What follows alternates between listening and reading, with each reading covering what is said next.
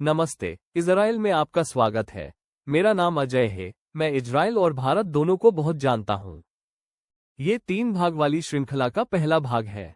आज जो जानकारी मैं आपको दूंगा उससे आपके परिवार, आपको और इजराइल को मदद मिलेगी। हमारा सामान्य लक्ष्य जीवन और कार्यस्थल पर आपकी सुरक्षा है। इजराइल में आज कार्य दुर्घटनाओं की संख्या बढ़ रही है, विशेषकर 11 मंजिल और उससे अधिक मंजिलों वाली साइटों पर। क्या आप जानते हैं कि इजराइल में निर्माण उद्योग में होने वाली 60% घातक दुर्घटनाएं ऊंचाई से गिरने के कारण होती हैं? हर साल औसतन 22 श्रमिक ऊंचाई से गिरने के कारण मारे जाते हैं और 140 घायल होते हैं, जिनमें से कई गंभीर रूप से घायल होते हैं। इन मौतों और चोटों को कम किया जा सकता है। क्या हम ये काम एक साथ मिलकर कर सकते हैं? वेबमास्टर इस मुद्दे के प्रति बहुत प्रतिबद्ध है। यहाँ एलिएजर नातान है उनमें से एक। אנחנו מצפים לכם באתרי הבנייה, אנחנו נדאג תמיד לאכוף את התנאים הטובים ביותר, אנחנו נדאג תמיד שיהיה לכם סביבה נקייה, בטוחה ומוצלחת. ऊंचाई से गिरना बहुत गंभीर विषय है, आपको डराना नहीं चाहता।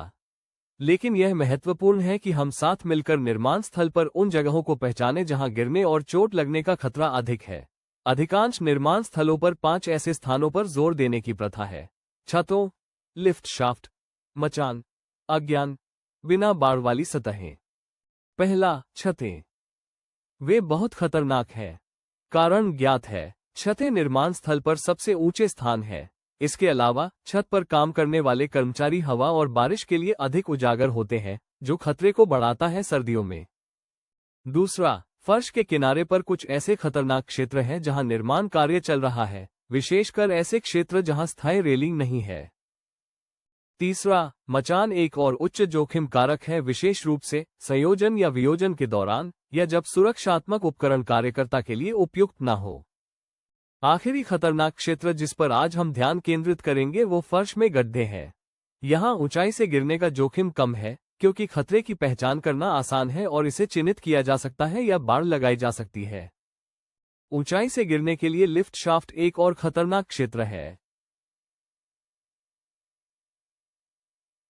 जिस वातावरण में हम रहते हैं और काम करते हैं उसमें कई खतरे हैं।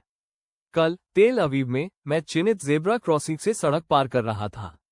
मैं चोट लगने से बच गया क्योंकि मैंने निर्देशों का पालन किया। तुम्हारे नियोक्ताओं को कर्मचारियों के जीवन और स्वास्थ्य की रक्षा के लिए कार्य करना चाहिए, लेकिन ये तुम्हारी जिम्मेदारी भी है दुर्घटनाओं को रोकने के लिए हर संभव प्रयास करना। जैसा कि हम पहले ही कह चुके हैं, सावधानी जीवन बचाती है। क्या आपने 50 मंजिल की ऊंचाई से तेल अवीव को देखा है? दृश्य बहुत सुंदर है। हम इसराइल के सुंदर नज़ारे और अपने काम का आनंद अच्छे स्वास्थ्य और बिना किसी दुर्घटना के लेना चाहते हैं। मुझे आपका परिचय राजेंद्र प्रसाद से कराते हुए खुशी हो रही है। वह तेल अवीव में एक महत्वपूर्ण निर्माण स्थल पर काम करता है। मैंने उससे पूछा, काम पर खुद को सुरक्षित रखने के लिए वो हर दिन पूरे दिन क्या करता है? नमस्कार, मेरा नाम राजेंद्र पवार है। मैं इंडिया से हूँ। मैं तेल अवीव में काम करता हूँ। बिल्डिंग का सेफ्टी से काम करते हैं। शूज, हेलमेट, पूरी सेफ्टी से काम करता है। हम हमारे निर्माण सुरक्षा के लिए शूज डालते हैं, हेलमेट पहनते हैं, ये डालते हैं, सेफ्टी बेल्ट लगाते हैं, ऊपर जाते हैं 3 मीटर जाते हैं तो उसको कड़ी के अंदर लगाते हैं, सेफ्टी से काम करते हैं। हम हमारी माँ को ऐसे बोलते हैं, भाई हम सुरक्षित है, हमारा बॉस सही है, हमारी कंपनी सही है, हम सेफ्टी से रहते हैं, बहुत अच्छे हैं, बहुत अच्छी कंट्री के अंदर है, बहुत अच्छे से काम कर रहे हैं, कोई टेंशन की बात नहीं है। इजराइल के श्रम मंत्रालय के व्यावसायिक सुरक्षा और स्वास्थ्य प्रशासन कार्यस्थल सुरक्षा को बढ़ावा देने वाली गतिविधियों को प्रोत्साहित करता है, जिसमें यह मिनी सीरीज भी शामिल है। यहाँ समाप्त होता है इस मिनी सीरीज का पहला अध्याय, जो 3 भागों में है। अगले भाग में हम उन सुरक्षा उपायों पर ध्यान केंद्रित करेंगे जो आपके लिए निर्माण स्थल पर बनाए गए हैं, साथ ही उन महत्वपूर्ण नियमों पर जो निर्माण स्थलों पर गिरने की दुर्घटनाओं को रोकने में मदद करते हैं। मिलते हैं अगले अध्याय में।